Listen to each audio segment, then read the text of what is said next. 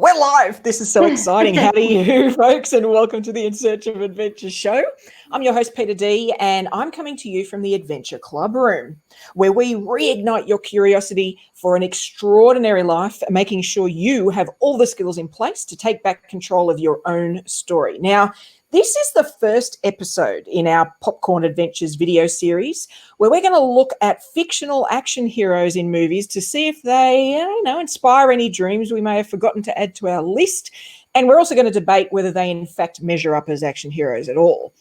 Now, before we dive into our movie today, I want to introduce your co-host today, the wonderful, stupendous, and very action hero-esque Hayley Peita. Welcome, Hayley. Hey, how you going? Good. This is so exciting. I feel so new age. A bit fun. I know, and maybe a little bit cool. Not very much. That's not likely, but a little bit cool. We'll have fun. Exactly. Now, today's movie is something of a cult favorite in certain circles, and geeky circles, really. So it's a cult favorite in geeky circles, basically. It's one of my top 3, I reckon, feel-good movies, when I just need to pick me up. It's one of those things you have in the cupboard ready and go, this is going to make me laugh. It's in an genre I love.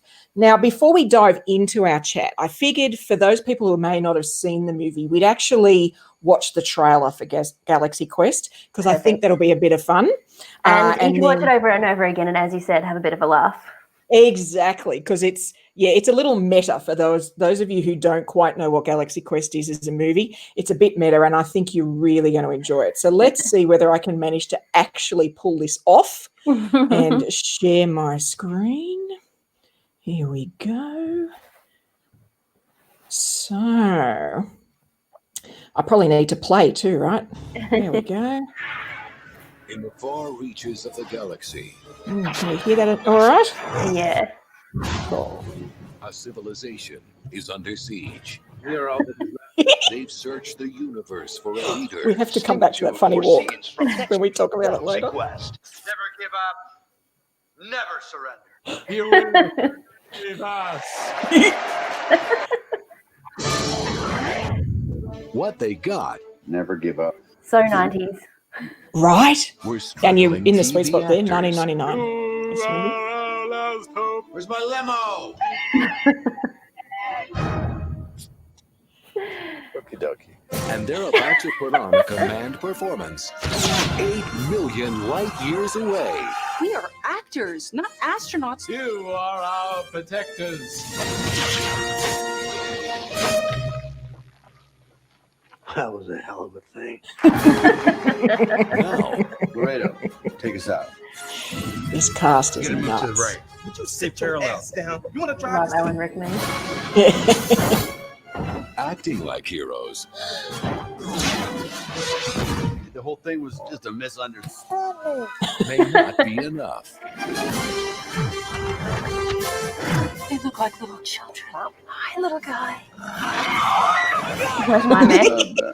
DreamWorks And Pictures I love the presents creatures in this. They're Tim so Allen, ludicrous. Sigourney Weaver, Alan Rickman, Galaxy Quest. You're just gonna have to kill him. Well, go for the mouth, the throat, his vulnerable spots. It's a rock. It doesn't have any vulnerable spots. So good. So Such a good. classic. If you haven't seen it, it's definitely something that you've got to watch at some point because You it's do. a classic popcorn movie. It really hits all of the sort of touches on all of the genres. It's really good. It does, and it's got the action, well, sort of the adventure soundtrack. It's got like all the little bits. But what I love is that it's actually a spoof of sci-fi movies. Yep. Right, so that's where it's coming from because it's about actors who 20 years ago, used to be in this show that was really popular, and now they're has-beens, and so and they go to a sci-fi convention, and there's all the people dressed up, it's the full con sort of environment, and then strange things start happening where they need to actually be the characters they were playing. And so I sort of love that it's spoofing with affection the very thing it becomes. Like it becomes a science fiction movie, And even though throughout that's the whole not how it starts. movie, they're paying out on the genre. They're paying out on themselves as actors that they thought they took themselves so seriously. And seeing the transformation in each of their roles throughout the movie is just, it's so good. It really is. It's really cool. Now, to kick us off, I checked out Rotten Tomatoes. Now, Rotten Tomatoes actually rates Galaxy's Quest as a 89% certified fresh. So that's actually a really high, for those of you who don't know, that's a really high rating for a movie. But interestingly, it didn't get that sort of response when it came out in 1999. So but I could understand that a little bit. I think it's time that makes it a real classic. Yes. When it came out, I imagine some of the sci-fi and things like that would have been that would just been how it was. But now we look back like, oh, so corny and classic. Exactly. And that's like, we've got a comment here from the live feed. Thank you. Yes. It's so true. Like the people who've seen it love it, but there's so many that haven't seen it. And particularly, and I believe your other half had a bit of a funny reaction to even watching this. And I said, right? I've got to watch this movie for the review. And I started to say Galaxy's Quest, and he's like, oh, sci-fi, that ain't me. And I was like, just give it a chance. Come on. And when I explained a little bit further, when we watched the trailer, it made a little bit more sense. But it really is the sci-fi movie for people who don't like sci-fi. Correct. I mean, so my husband, Nick, he can quote, never give up and never surrender is something we actually say to each other when there's some ludicrous situation going on. So it's become part of our lexicon. And I think, I agree. If you're not into sci-fi, this is one, because it's actually all the things you think are stupid about sci-fi, this movie agrees with you. Exactly. Like it just completely agrees with you. However, does it in a really affectionate way. Absolutely. Now, I'm guessing we both sort of love this movie. This isn't one we need to talk about. We like or dislike. We're like, yeah, we love this movie. It does. I mean, it clearly reminds you of other movies when you see it. It's absolutely ripping off Star Trek. So there's even the sets, the music. There's the characters are loosely linked. Not exactly, but loosely linked. Even to the point of outfits. Correct. There's even some subtle references when they're showing them in the TV 20 years ago, and you've got a white guy playing an Asian actor badly. Like there's all of the things that would have happened back then, and so it's absolutely. But I think that they're mimicking those sorts of things almost is paying homage to Star Trek and movies like Star Trek. It's not, whilst they do a lot of paying it out, they're really saying, look, this is a great genre. It's a great.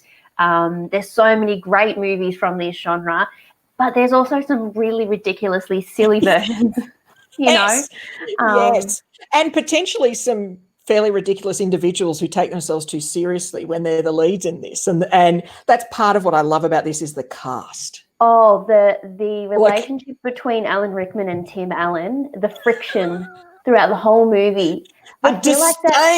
Alan Rickman, the disdain for being here, this, great British actor, theatre actor. Oh, it's fantastic. There's a scene in the movie where he's being chased by the Rock monster, and he's like, what is the Rock's motivation? What does the Rock want? And it's like, that's so far removed from Tim Allen's character to even consider what it would just be. He's so William Shatner, that real pompous kind of, not pompous, but real whatever. Rock up his own self-importance, really. Whereas he's that character. Alan Rickman plays this actor that wants to be critically acclaimed and is passionate and articulate in everything he does, and just the friction throughout the whole movie is entertaining. It's lovely. 100%. And what they did here too was be quite cheeky. So Sigourney Weaver is in this movie, and this is post Alien.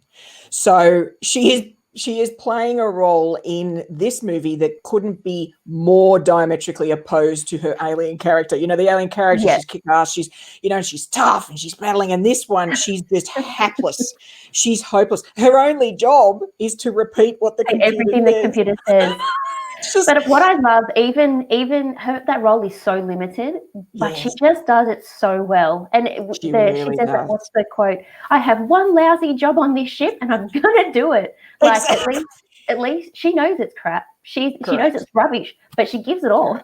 She does, and leans right in. I mean, and the other cast members. It's really interesting when you see these movies. I mean, this is 21 years old. And when you take a look at the cast and just think, where did they go from here? Sam Rockwell is in this movie, and he's become, just this wonderful actor. And to be frank, I think he sort of owns every scene he's in. I he think really goes he to is town. I love Alan Rickman and Sigourney and Tim. Yeah. I love all of them, but Sam Rockwell's character plays such a great role. There's He's so just such many a amazing disaster. quotes.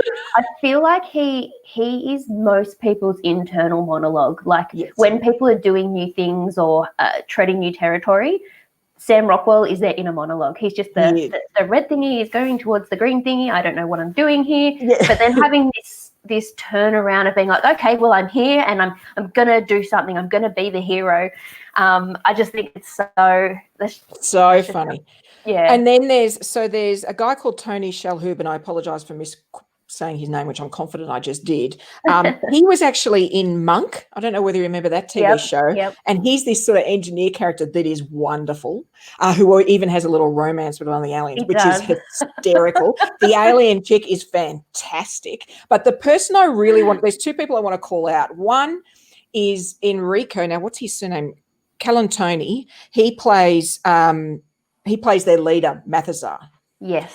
What I discovered, and so we have this on Blu-ray, of course we do. And so I was watching the special features, and he did his audition for this movie with this strange voice and doing this strange movement. And so he actually created the alien race due to the way he turned up in the audition. Right. And so all those other actors then had to replicate it. So that wasn't in the script. The way he was playing that character is not in the script. And to be honest, folks, if you haven't seen the movie, it's worth it just to see this character. He is hysterical. The way he talks is hysterical. The way they all move.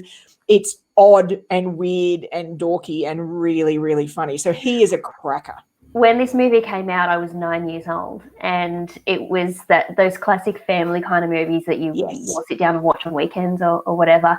And the quotes from his character, just his voice, his mannerisms, that was like my whole growing up with my dad, my mum. It was just the whole family would do it. It was just when he wanted to break the silence or make everyone laugh. It was. You just reverted to that character, and I'd forgotten about that until I watched the trailer and thought, oh my gosh, this takes me back to my childhood. Right.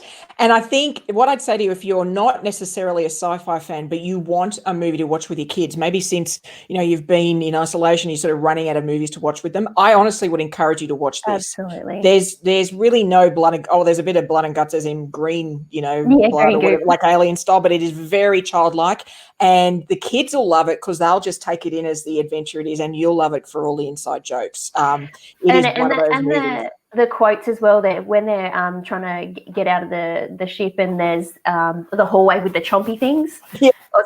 They're trying to get out, and Sigourney says the best line. She's like, "Who would put a hallway of chompy uppy downy things?" Like quotes like that a kid can pick up on and just use at the best times. It's any age range, it really is entertaining. It is, and light. Those little aliens with the scary faces that we saw in the trailer. The babies? Yeah. No, that's the little goblin face that I see when the lights are all turned off and I'm running from the bed to the loo in the middle of the night. And I love that Sam Rockwell's character is like, no, they're not going to be cuddly babe. Have you guys ever watched a show? Like they always turn evil. Don't you know how this works? A classic example, going back to Sam Rockwell being the inner monologue of most people. When they land and they open the ship door, they're like, you don't know if there's air out there. Why would you open that? Like, just duh. Duh, yeah. Now the other person I wanted to highlight, the other actor that I actually did some digging to check, Justin Long, and he's the teenager that's sort of the dorky guy that's at the con who actually ends up helping them out. But this is his first movie appearance, right? Wow. So this was his first movie. So what's cool is when he said this in the special features was our wonder at this world he could capture because he was feeling that about the movie set. Right. So he's just like everything around him, and this is weird, and these people are weird, and you do have a real British dramatic actor in Alan Rickman he's trying to get along with, and Sigourney Weaver, who's this big star, and so I just love that is exactly. He said I didn't have to act at all. I just behaved as if you would when you're the first time you're on a movie set, which I love. And for those of you who don't know Justin Long, he was the Mac character, the Apple, in all of those ads, and then he's been in loads of great movies since. Actually, he's a very funny guy, really dry and witty. But to see him as a teenager here is just awesome. So funny. Now, we've covered a few of the quotes, I think. And it's not a long movie, right? I mean, it's definitely I think it's below 90 minutes. Yeah, So it's a perfect sort of punch it out. And it doesn't feel long. It kind of reminds me. It has the pace of like Indiana Jones, that constant, Right. Things happening. Yeah. And I think it's because it's that family popcorn action fun kind of movie that it has that. If it was any other kind of movie, it definitely have a much slower pace. But the pace is great. Exactly. And I think the other thing is that often today, action movies have become exhausting. Right, they're so action-packed and relentless. You're like, you need a nap after watching one, whereas this is more old school. This is more Indiana Jones. They're fun, they're light, they're funny. There's a little bit of emotion, a little bit of drama, but really it's something that's just taking you on a bit of a ride, which is lovely. Especially with how many sort of main characters there are. They really balance it out well. You think about like Ocean's 11, movies like that have it's a huge team or a huge crew. Yeah. They've done a really good job of balancing it all out and each getting a little bit of screen time. I think that does real justice for the movie. Yeah, absolutely. And I think that, so what we should dive into actually is, we're here to assess the action hero here. I figured we'd probably do the commander, right? So Jason Nesmith, I think, is the actor in the movie's name. We're talking about Tim Allen's character, all very complicated. Who in the show played Commander Taggart, right? Have we all got that? Do we need to get a whiteboard to draw diagrams? And when we assess these people as action heroes, for our perspective, it's about measuring them as somebody who can take action in facing a whole lot of obstacles, but also maybe is great at planning, having contingency plans. They're not all reactive. So we're looking for features that actually we look for people who are successful, say financially, which of course is both Hayley and my sort of work world. So we love to assess them and just sort of step through. And so I think if we look at whether it's Tim Allen or the actor or the character he plays, really, they're all the same thing, aren't they? Because I have to admit, they blend a lot. He plays a role where really it's the same thing, whether he's acting or not. But I figure the thing that stood out for me about him was he wants to look like an action hero, but at the beginning I'd say he doesn't feel a need to be an action hero. Absolutely. And I think as well, it's largely because of the people around him. I think it's about the team element. So action hero as himself, in the beginning, you're right, not necessarily, but what he learns and how he transforms throughout the movie, and with his team. And I think the quote that he says, "Never give up, never surrender." The thing I love about this movie, every time that quote is used, it really is said in such a different way. It's not doesn't have the same feeling each time. Sometimes it's said very sadly, like when he's watching reruns at home by himself drinking, and he's all depressed. But then at the end, where he's like, "Never give up, never surrender." So exactly, I think whilst initially he doesn't walk the walk, he talks the talk the whole time, and I think that gets him there in the end. Exactly. And I think one of his positive traits is in terms of, our assessment of an action hero is he does question the norm. In fact, I'd argue he accepts the abnormal more easily than the normal. Yep. So, he gets magically zapped up into a spaceship, is talking to people, eventually realizes he's in a spaceship and they need his help. And just without blinking, he's like, yep, right, okay, what do I need to do? I need to talk to that big green monster, no problem. I'll negotiate. I think calmly steps through it, doesn't he? Being the commander, he's sort of thrust into this position of having to lead. And when it comes to being an action hero or navigating your finances, you have to be able to lead yourself, not just a team, but be able to pull yourself out of some sticky situations and motivate yourself to keep moving forward. So I think there's times he doesn't do that, but he definitely, does lead the team plenty of times.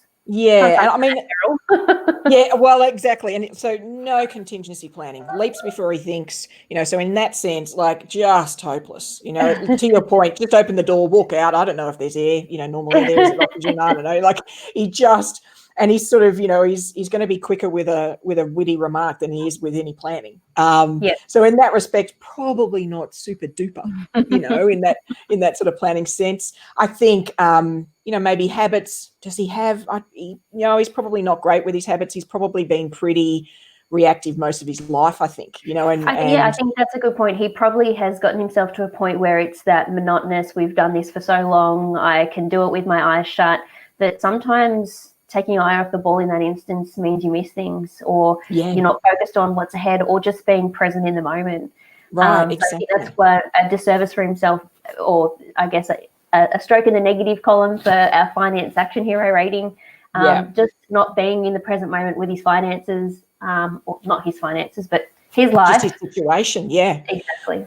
You know, and I guess the word I'd use to describe that for a lot of people is a bit of a bystander. So he sort of leaps in when it's in his own little contained world, but he sort of just and even the way he interacts with his colleagues, you know, his fellow actors, it's pretty average. He's sort of so in his own little bubble, he's sort of not aware of what's going on around him. So given all of that, well, the other characteristic we've got is research. Well, there was none of that.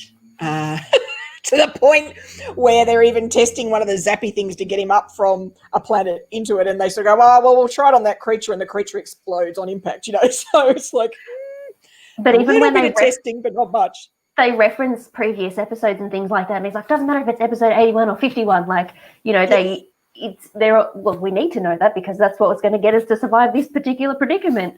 Exactly. Exactly. So, I don't know how highly I'd rate him. What do you think? Yeah, I know. So out of 10, look, I feel like I'm being generous even with a 6, to be honest. Yeah, I was going to go for 5, so I think 5, right? 6 is probably... Exactly, because and that's probably, all of those points are probably for sheer enthusiasm. He just, and like, folks, if you haven't seen the movie, there is a moment where they have landed on this planet and they're trying to get from A to B, and he's diving and leaping and rolling behind rocks, and all of his other mates are just wandering around behind him going, "What is Why are you doing that? Like, you idiot," you know? And so that's who this character is. So I think that's worthy of some points, but I'm with you. I think as a finance action hero goes, not super duper. Now, Hayley, did the movie inspire any dreams or anything you've got to add to your list? Oh, gosh. I think I'd love to be able to visit a movie set. I think you touched on it earlier with Justin Long. Being able to, you know, like I've been to a couple of the one up in the Gold Coast, the movie studio up there. Warner Brothers? Warner Brothers, yep. Yeah, been up there, and that was for Harry Potter. So that was pretty amazing. Is that where the Harry Potter one is? Now I'm thinking. I'm pretty sure it is. Yeah, so that I've done that sort of thing before, but to go and do that for some of the other bigger movies would be pretty amazing. I've seen a video recently where they were showing how they used to make sound effects back in the day, and this one guy just running around a room just like making noises, banging on things. Yeah, and I'm like, the long lost art of that sort of thing, because it probably, you know, it's all digital now. So I think definitely looking behind the curtain. And seeing what these sorts of movies are really like, it would be pretty awesome. Yeah, it would be. I've got on my list Comic-Con, or one of the, which is a similar type of science fiction convention. I'd love to do that. I mean, the one in San Diego has got really big, but there's one in New York too that I wouldn't. And of course, then you get to go to New York. You know, yay. So that's on my list. And I realized the second thing was, it reminded me that I want to do the Lightsaber Academy in the Central Coast. Just sort of prompted that to like, yep, that would be a completely geeky but awesome thing to do. Fun, yeah. And the other one I realized, which is really ludicrous. So those of you who don't know, I am a massive movie fan. I am happy going to the movies on my own. I devour them all the time. And I haven't seen Aliens, or any of the other things that have an alien word in front of them. No, I've never seen it. Really? So, yep. So that's going on the list. I have definitely got to see that movie. When I was younger, my dad, my sister, and I had a movie marathon, and we watched like all of them, just like back to back nonstop. I swear it was like 3 days or something like that. But it was amazing. Even to watch them now, they're so good. Sigourney is so kick-ass. She is, and she's sort of the first of those, really. You know, I mean, Terminator did it later, but she was the first female to really knock around. And recently, of course, we've now got, you know, Charlize Theron and things like The Old Guard, which is awesome, but paved the way by people like Sigourney. She did a great job. Now, we would love to hear if you agree or disagree with our takes on Galaxy Quest, and feel free to disagree, or even let us know you haven't seen it yet, or you did because of this review. Or you want to check it out, yeah. Exactly. So as you can see in the video there, we'd love you to email us at podcast@zaptitude.me and tell us what you think. Even I look happy to hear a movie you'd love us to review. You know, double points if you manage to get one that neither of us have seen. May the force be with you, because it's less than likely. You've seen everything. kind of thing. Exactly. And, for those of you who aren't live with us now and are watching the recording later, then I'd encourage you to subscribe to the YouTube channel so you'll hear about more of these as we go live in the future. We're going to be doing these as they fit in. Hayley and I have a lot of other things we're doing, so we'll try our best to keep to I'm sure we can schedule. make time to watch a movie, Exactly. It's not that hard, is it? I won't say no. Fit it in. Exactly. So I'd really encourage you to do that. Let me share the other ways that you can get in touch with us or see the show. There we go. So you can follow us on In Search of Adventure Show on really any platform that you can think of. We're there. And if you'd love to hear the regular episodes, so this is sort of a video series, but the podcast episodes where we interview everyday people, everyday action heroes just living wonderful adventures, then I encourage you to check the In Search of Adventure Show out on your platform of choice. We're really on most of them for podcasts. And we do, we live on Facebook and LinkedIn and Instagram and all the usual places. So thank you for joining me, Hayley. Now that Thanks so much for having me. I better, we'll say, well, there she is. So thank you for joining me. And I am very excited about the next time we do another one of these and hope you will join us. And you know what? We'd love to hear about what fun is up next for you, what adventure you're going to embark on, because there's an adventure story out there simply waiting for its action hero to step up. And I'm pretty sure that action hero is you. See you. Bye, Hayley. Bye.